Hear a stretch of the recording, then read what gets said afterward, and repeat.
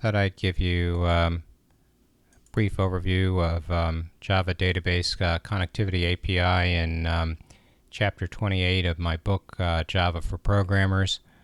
Java Database Connectivity is a standard database, and by standard what I mean is a relational database management system.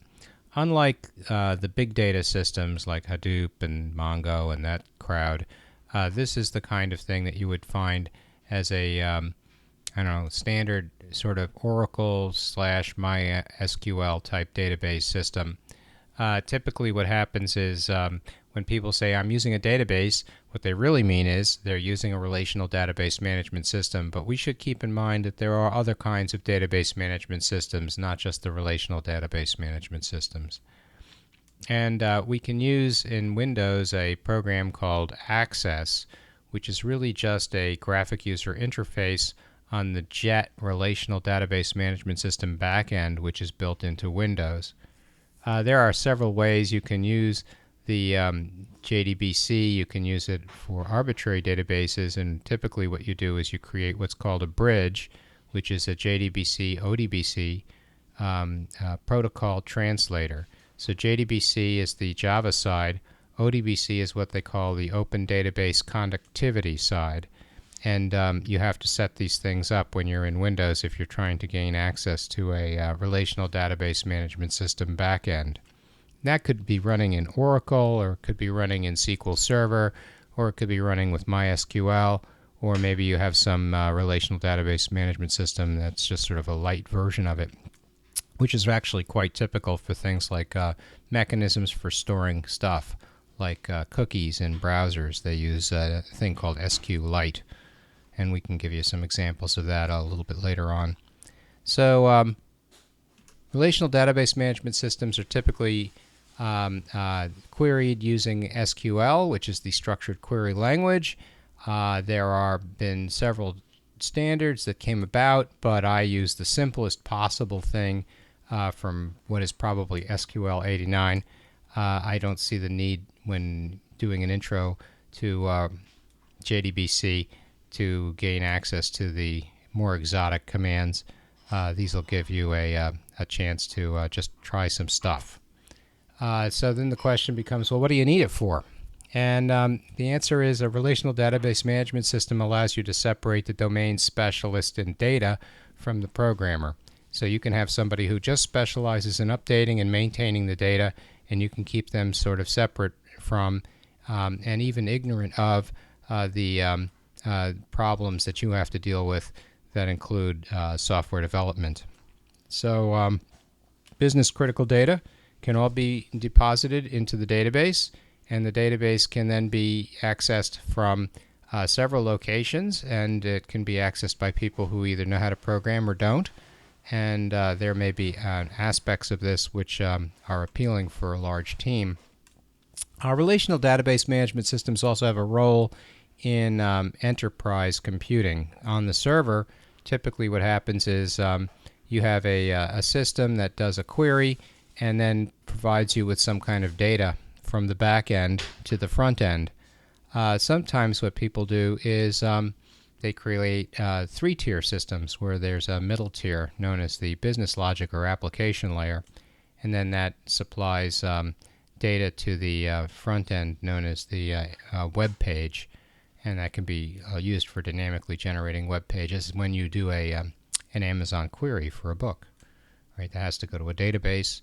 The database goes to the back end, gives you information, gets reformatted for your web page, and then voila, you've got some information that you can use for buying books. SQL, you know, it's not object-oriented, but you can store binary data, images and such, and we call them blobs. And this is really just an unformatted sequence of bytes. Presumably you know how to decode it. I can use the database management system for searching in a limited way. I can store data, and I can have non-programmers maintain it.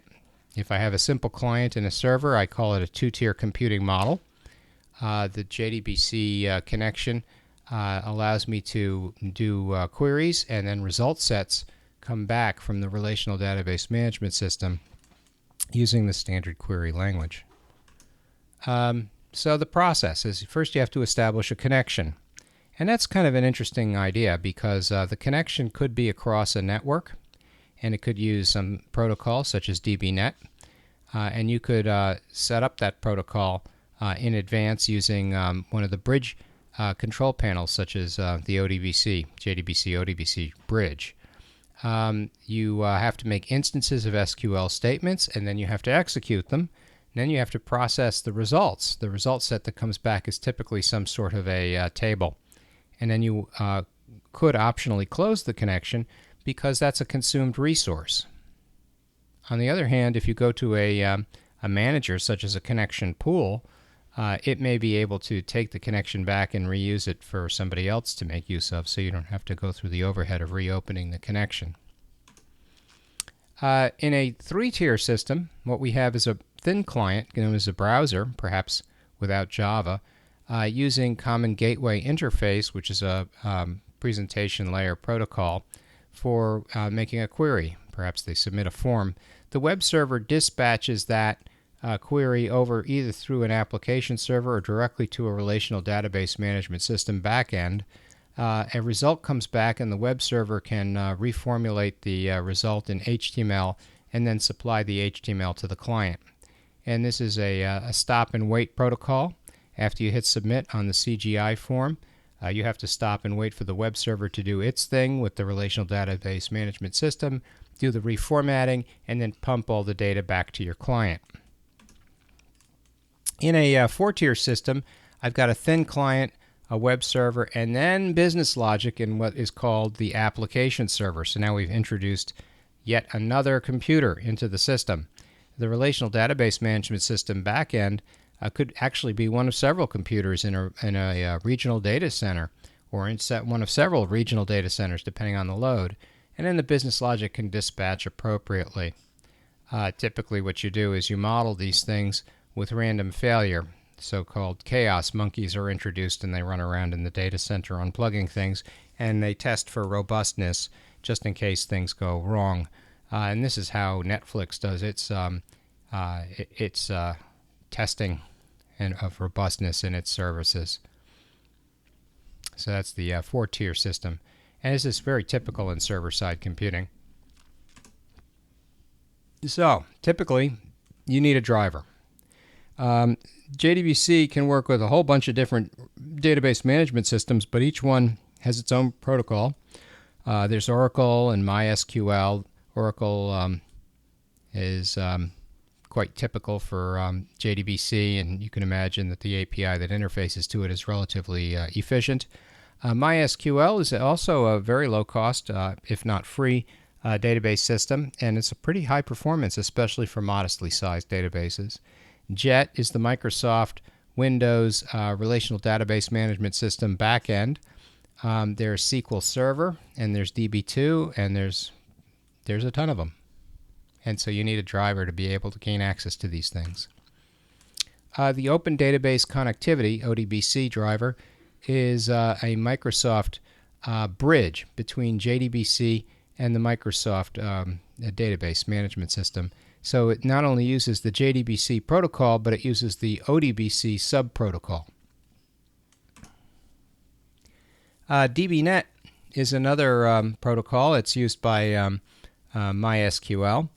And you can use JDBC DBNet in your URL, gain access to a well-known port. Here's a port 356, and then you can go after addresses. That happens to be a server that's local to my machine. You wouldn't be able to get access to it from outside of my intranet,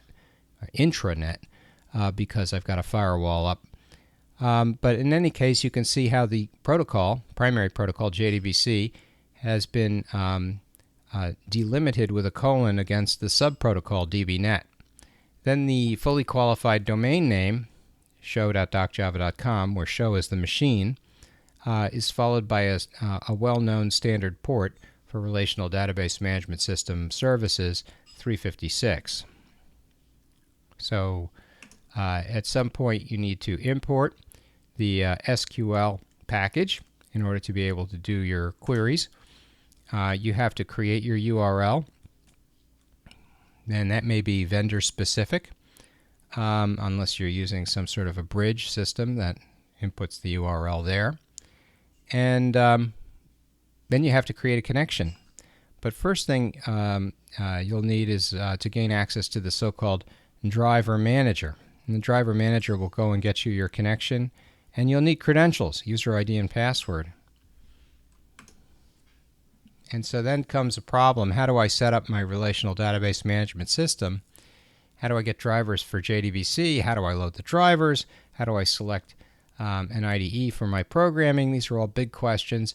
We can bypass all of these if we use something simple like SQLITE. That just works with a single flat file. But if you want to use a real relational database management system, real being not a light version, but something that's robust enough to be used for industrial techniques, then you've got to deal with some of these problems.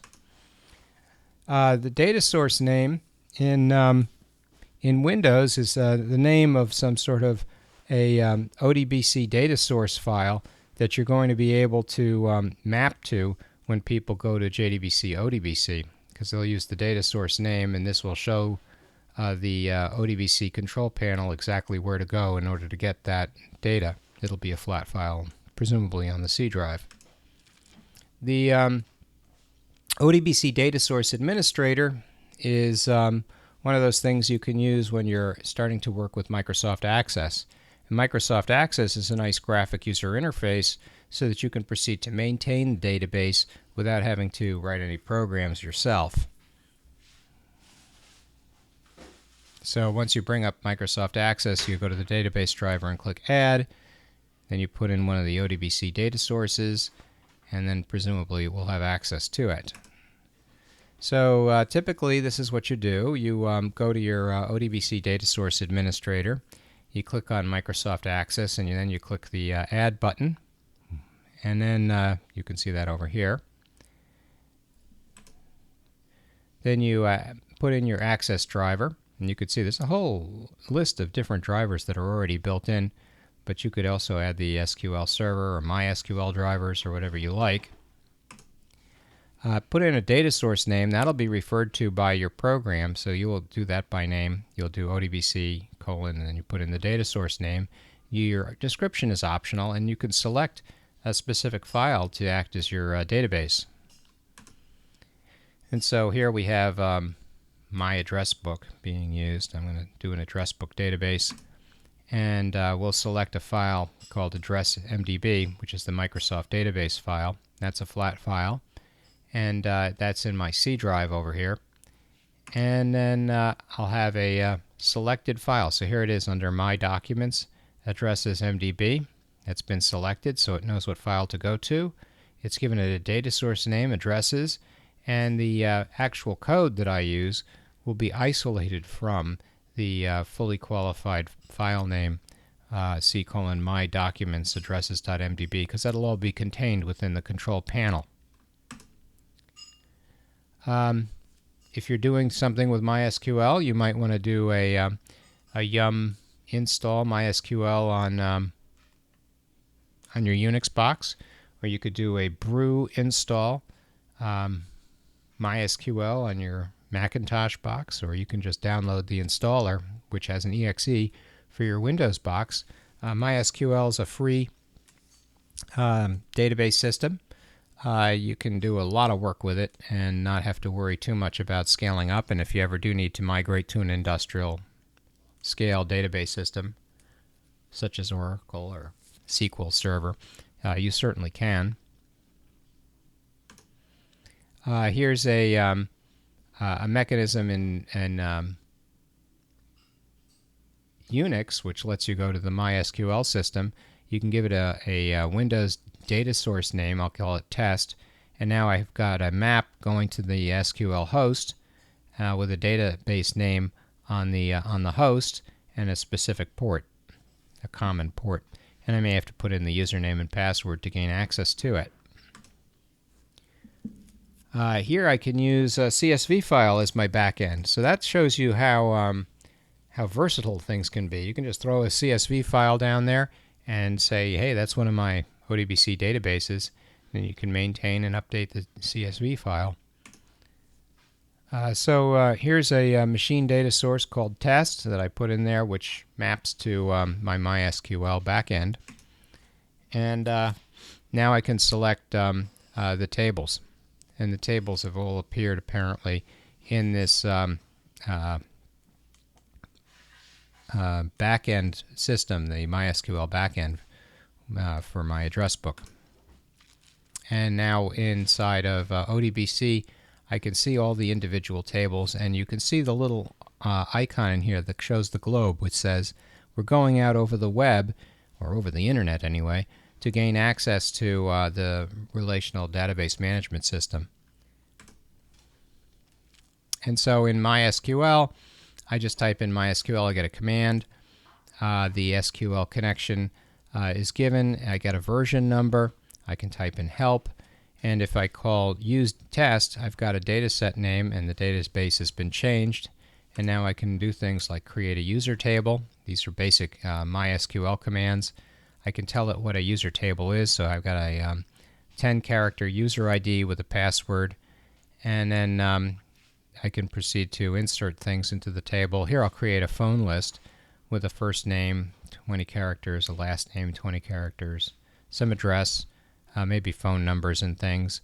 And now I can show my tables, and it can list out my tables. For getting a driver, you can just go to the MySQL SourceForge. They'll give you a free driver for whatever platform you've got. And if you want to grant access, because there's an access issue, just show the grants and then proceed to grant whatever's needed. There's going to be something very specific to the database product, such as MySQL, that'll let you grant access to specific users if you want to restrict access to some and grant it to others. In the case of a CSV file on MySQL, you can just load the data in. If the CSV file is properly formatted, you can proceed to load it directly into, let's say, the table phone list. And if the foo CSV file has all the fields correct, then it'll be something like name, kind, date created, modified. It'll all go in appropriately. In this case, CSV files are terminated with fields by a tab instead of a comma. And then you can select star from the flat file. That'll select all the records in a two-dimensional array. It's in your table. And I've created my own database metadata, which is obtained from the so-called SQL bean. So what that does is it gives me a mechanism whereby I can manage the driver. So here's the database metadata, DBMD, which contains information about the database, where it's located, what the protocol is, all the things that you can query from a database. That's all located in there. And you can determine if there's catalogs in there that are read-only or if they use local files or what the driver names are. Metadata refers to data about the data. So we're going to learn more about what the relational database management system driver is when we go after things like metadata. And so here it is on the Mac. Brew install MySQL. Rehash allows the new command to be seen inside of the T shell, and then do a MySQL server start, and that ought to start things up. And then you can do a secure installation and establish your passwords, and it becomes a very platform-specific thing, which I won't go into too much detail on. Now you can avoid all of that. Here's a little demo. If you want to use SQLITE, and I put in some examples in here. Here's SQLITE. Now he's using the SQLITE database connection. So first thing we do is we load up SQLITE by using class for name. That goes into the Java Virtual Machine class loader and loads up the bytecodes. Then we do a driver manager to get the connection using the SQLITE sub-protocol and create a file. Now that's going to be a flat file, and you can see it's already been created. and it's in the path for IntelliJ, but it's not clear where it will be. It'll be a function of whatever platform you use. You could probably give it a fully qualified path name into the file system. Then what we'll do is we'll make up a little printout to show things have been opened. We'll insert the beginnings of a simple SQL query into a database. We've got insert and values. We execute the update each time so that the database can be updated. And then we do the close, commit, and then close on the connection. So by the time we're done, we'll have some binary data, but I think we can display it. Let's have a look. This should show us what we've got. So here's the binary data, and it's showing us the SQLITE format. And here's some of the information about the company table that we've inserted. And here's some records that have been inserted. And that's about all we've got in that table. So we can use SQL with our DBLite and not have to worry too much about setting up ODBC mechanisms. And that's kind of cool. SQLITE is used typically by browsers for storing things like cookies and bookmarks and such. Here's a mechanism for getting the connection again. Now we can do select star from company. So that's going through the company table, giving us all the records. And then once we have the results set, we can get the fields by name. So this is by the results set common. We're getting each one of the records and we can print them out. And result set is typical when you're doing a query. Whenever you create a statement and you execute the query, the result set comes back. And while next gives us one row inside of the result set. So each result set is basically a two-dimensional array, and each row will have presumably columns whose identity you will know. So you happen to know that salary is there, addresses are there, etc. And I think this might run. Let's see. Yep, there it goes. So it's gone in, opened the database, given us information about each one of the elements in the database, and then it finished. Here's an example where we can proceed to create the result set initially. Here we create a table called company, where the ID, name, address, and salary are all defined as taking up specific amounts of space. We execute an update and then close, and that's the demo. Hope you like my little demo. I think I may have gone a little bit fast, but you get an idea. SQLITE is a pretty easy way for you to test out and try your SQL. It's also a pretty good way for you to go about gaining access to existing SQLITE databases especially, so that you can go through and read stuff from browsers. Thank you.